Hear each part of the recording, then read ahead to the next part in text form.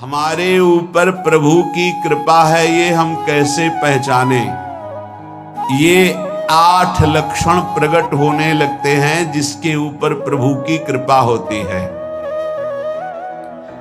हमारे ऊपर प्रभु की कृपा है ये हम कैसे पहचाने, तो ये 8 लक्षण प्रकट होने लगते हैं जिस पर हरिजू की प्रियाजू की कृपा है।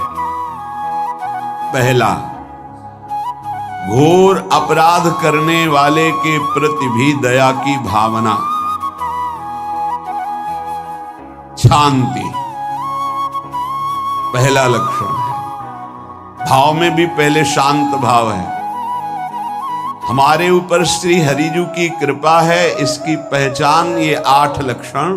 पहला, शांति, अर्थात घोर अपराधी के प्रति भी गुस्सा ना आना, क्षमा करना, ये हरि की कृपा का लक्षण है। देख लो भाई, घोर अपराधी शब्द तो जाने दो, जरा सा प्रतिकूल हो जाए तो लाख समझाओ पर भ्रकुटी तनी रहती है।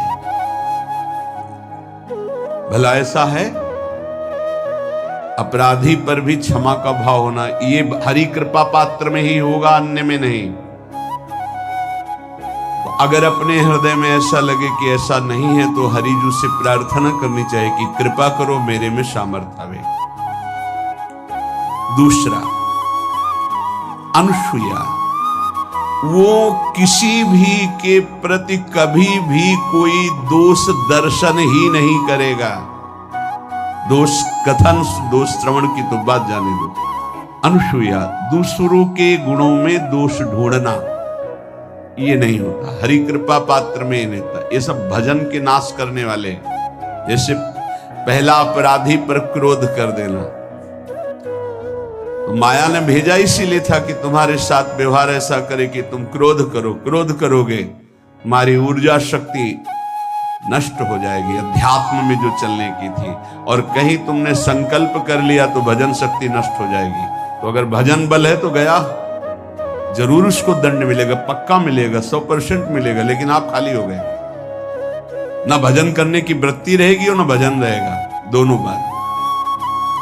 अनुसूया, किसी के सद्गुणों में दोष देखना, गुणों में दोष ढूंढना, ये हरि कृपा पात्र में नहीं होता।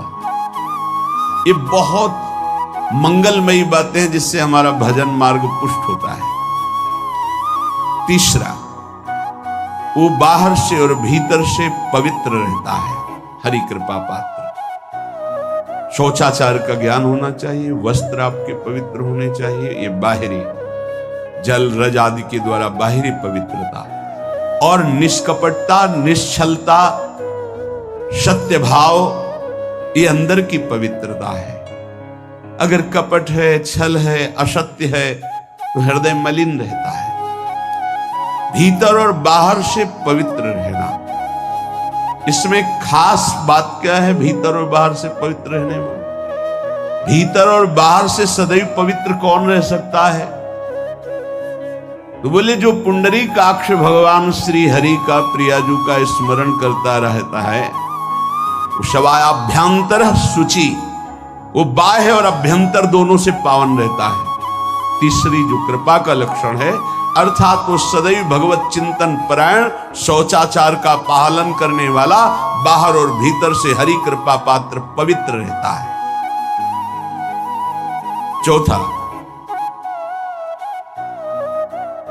ऐसे कार्यों का अनुष्ठान न करे जिनमें हमारा भजन छूटता है, जिनमें सत्य छूटता है, जिनमें भगवत भाव छूटता है। जैसे आपके ऊपर कृपा हुई, आप भगवत मार्ग में चल रहे हैं, अब आप ऐसे सांसारिक कार्यों का अनुष्ठान कर रहे हैं जिनमें आपकी चित्तवृत्ति बिल्कुल भगवत विमुख हो रही, तो जीवन का लाभ क्या होगा? लाभ तो है भगवत स्मरण सहित। कल एक ने प्रश्न किया कि मैं खाता तो नहीं लेकिन मांस के दुकान में मांस बेचता हूं, होटल आता, क्या उचित है? ये उचित कैसे हो सकता है? तुम और भी तो व्यापार कर सकते हो।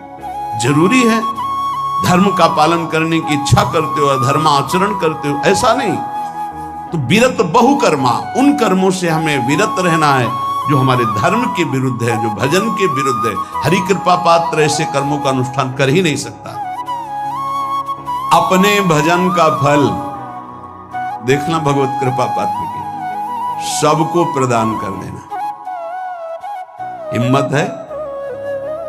अपने भजन, इतनी मेहनत से किया हुआ भजन, भजन होने के बाद हे प्रभु इस भजन का फल हो, सर्वे भवन्तु सुखिना सर्वे सन्तु निरामयः। यहां तो कहते महाराज एक माला रोज आपके लिए करता हूं कि आपकी बीमारी ठीक रहे, तो शेष किसके लिए करते हो प्रभु? शेष है अगर इष्ट और गुरु के लिए तुम्हारा है कि एक माला करते तो फिर इतनी माला करते तो हमें क्या होगा? सब आपको दे देंगे तो हमें क्या होगा? तभी भजन का रहस्य ले जाना। छठवां,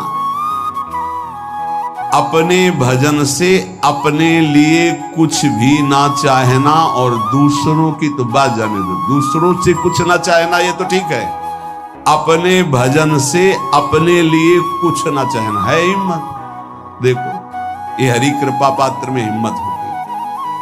अपना भजन अपने प्रयोग में ना लाना,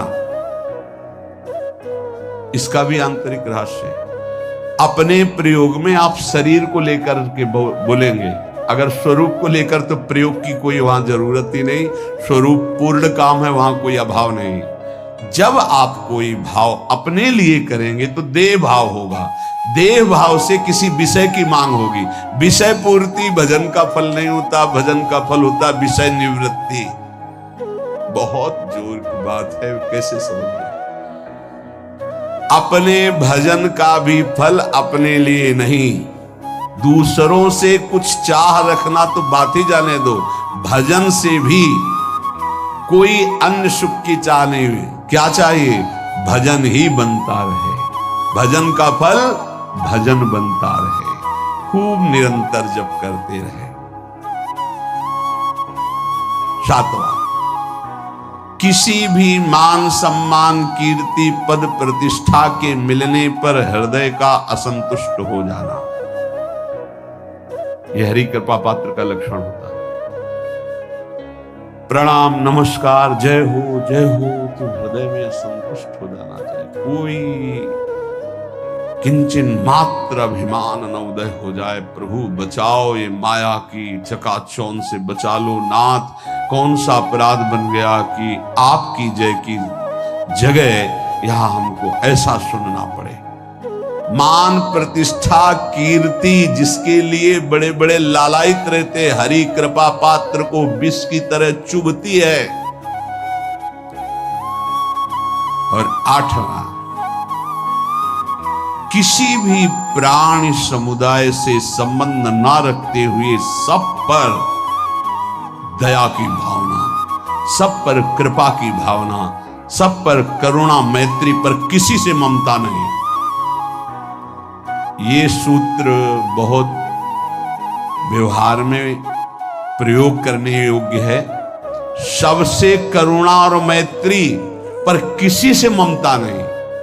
करुणा तो करी भरत जी ने, मैत्री भी की मृग से, पर ममता रहित नहीं रहे। ममता कर ली तो अगला जन्म हिरण का हो गया। ममता नहीं रखी। निर्ममो निरहंकारा, करुणा मैत्री तो करनी है, जैसे इसमें आदेश है, गीता में जी आदेश है, अद्वेष्टा सर्वभूतान मैत्र करुणैव च, पर निर्ममो निरहंकारा, ये साधक की चतुरता है। प्राणी मात्र पर दया कृपा करुणा मैत्री, पर ममता नहीं। ममता किसी से, और यहां करुणा मैत्री ये तो गायब हो गई, केवल ममता रह गई है। अपने शरीर से ममता, शरीर संबंधियों से ममता, विषय भोगों से ममता, यही जहर है। संबंध में ये ममता ही जहर है, विचारों में अहंकार जहर है, कर्मों में ये आसक्ति जहर है। इसी जहर को मिटा दे तो जीवन मुक्त महापुरुष कर्म करते हुए, विषय सेवन करते हुए, वार्ता करते हुए, विचार करते हुए, बिल्कुल जहर रहित उसका जीवन हो गया। तो ये 8 बातें हरि कृपा पात्र में होती हैं, इनको बार बार सुनना और हृदय में धारण करना।